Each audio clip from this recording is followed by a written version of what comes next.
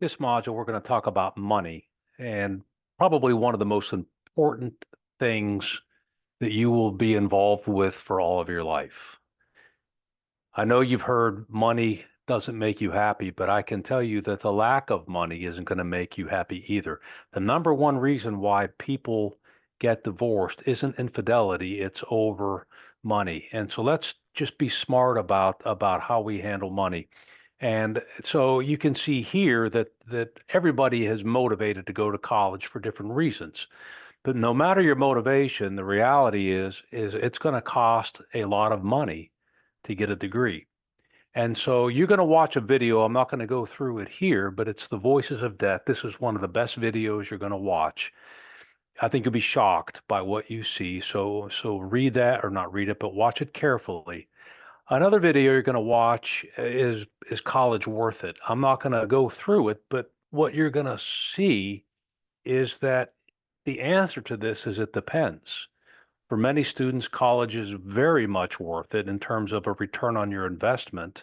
But for other students in majors, um, not so much. In fact, you can have a negative return on investment. So college is not, from a pure financial perspective, not always financially necessarily the right choice.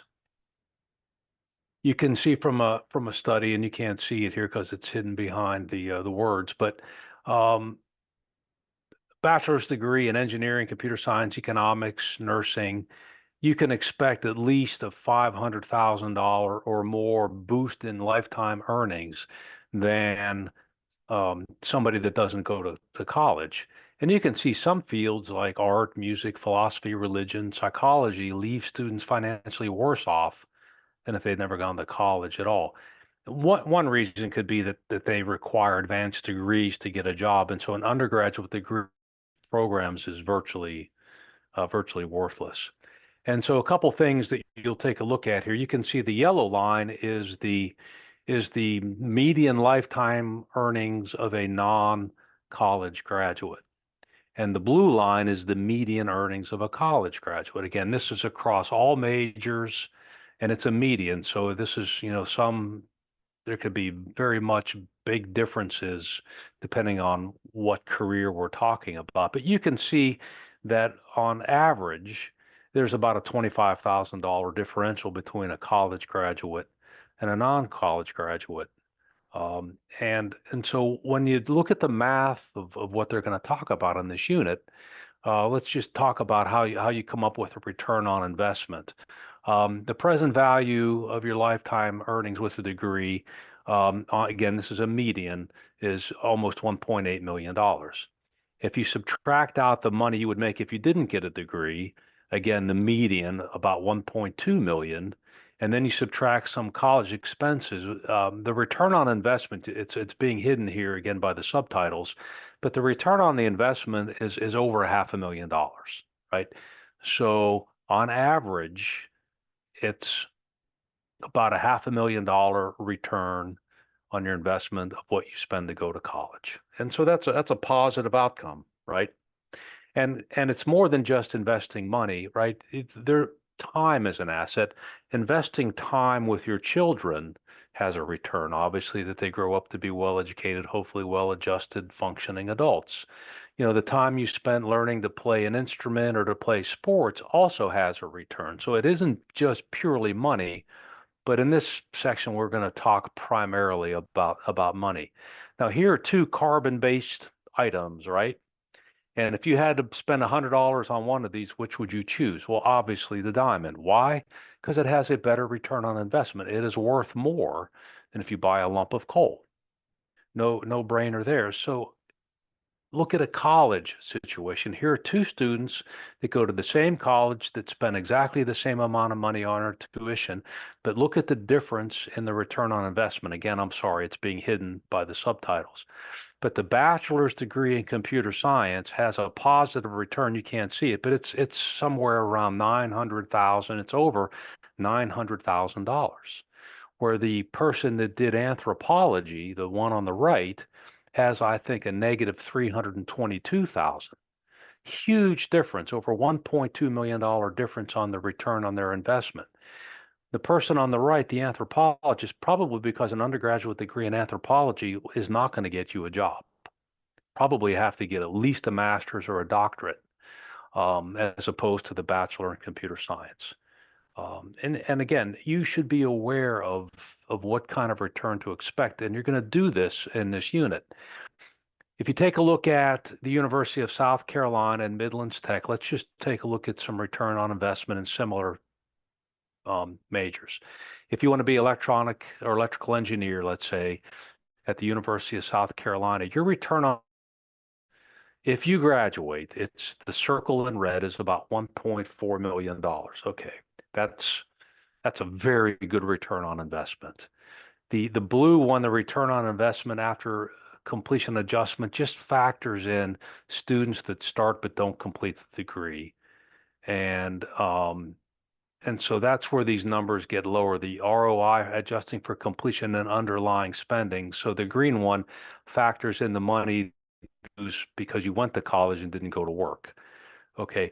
But the one that you should really focus on is the one in red. That is the return if you complete the degree. Okay, let's jump down to Midlands Tech. You can see that if you do the electrical engineering technology, you can see that in red, it's a $1.8 million return on investment if you complete the degree and you get a job in that field. That's huge. You can see that the returns after adjustments are much, much lower because there's a much higher dropout rate at a community college like Midlands Tech than there might be at, say, Carolina. And so that reflects that. But again, the main focus is that circle in red. What kind of a return on my investment can I expect if I complete the degree and I work in that field? Okay. College is expensive. This is from the Clemson website. All colleges have to kind of list the real cost of attending. And so you can see the tuition is only the starting point. And when you add up all the fees and everything else that goes into it, a year at Clemson is almost $35,000. It may be more now. This may be a little bit dated. Okay, so when you're going to be spending $140,000 on an education, you want to make sure that you're going to get a return on that investment.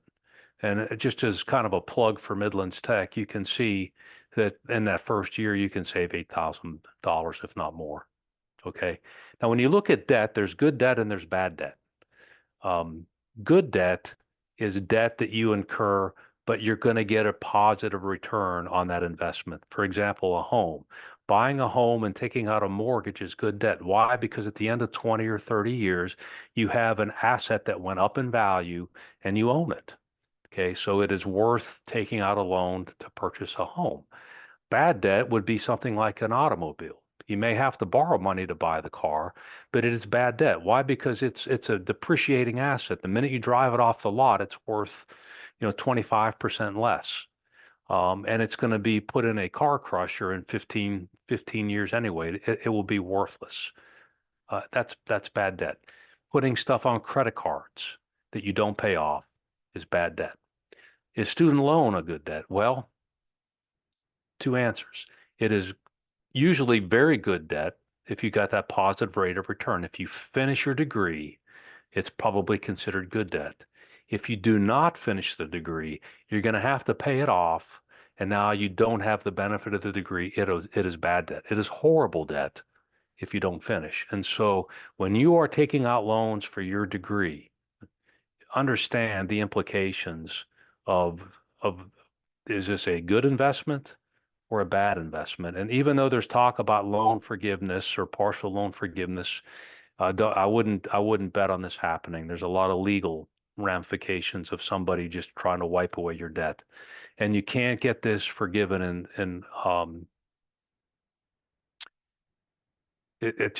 bankruptcy will not wipe it away. This is the one thing in a bankruptcy that does not go away. Why? Because students would all get their degrees and they would go down to the courthouse and immediately file for bankruptcy. And they realized that we can't do that. So student loans basically are going to be paid back.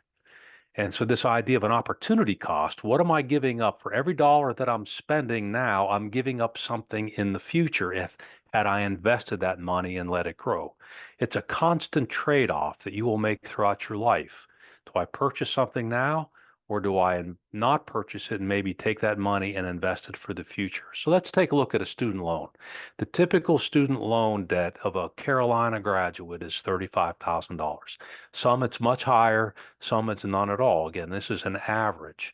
Okay, so let's just work with the average. If you walk out of college with $35,000 of student loan debt, based on the best information I have, you have to pay it off over 10 years. Your prepayment will be $402 a month. With interest, your total payments will be $48,000. Okay. So at the end of 10 years, you would have paid $48,000 for that $35,000 of student loan debt. So after 10 years, you're going to have zero money in the bank, so to speak. That $400 a month is gone.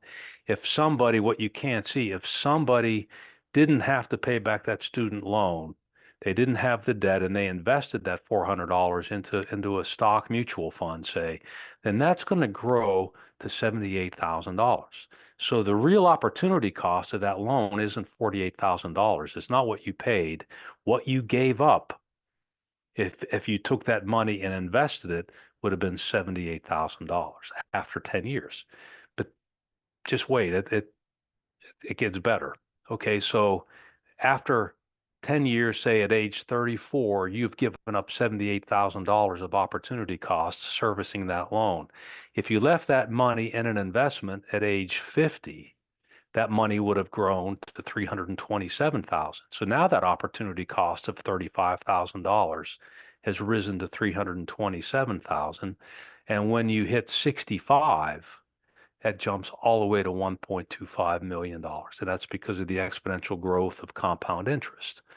And so just realize that $35,000 loan that you may think of as okay, I'll just do it because why? Because I can, has a huge future impact had you not taken out the loan. So if you have to borrow money, you do it, but do everything in your power to minimize how much money you make.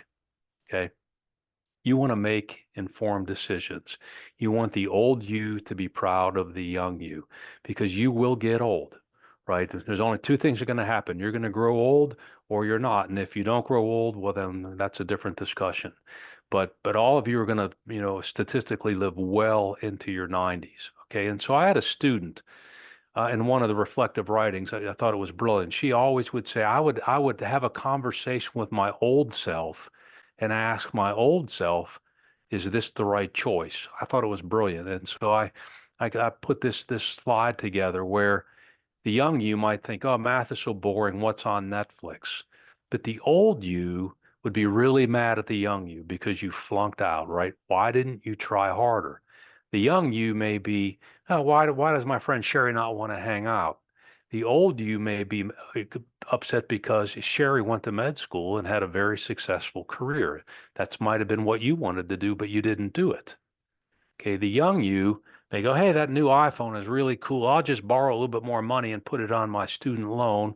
Where the old you would be very upset because you now understood that I had to pay that loan off for 10 years.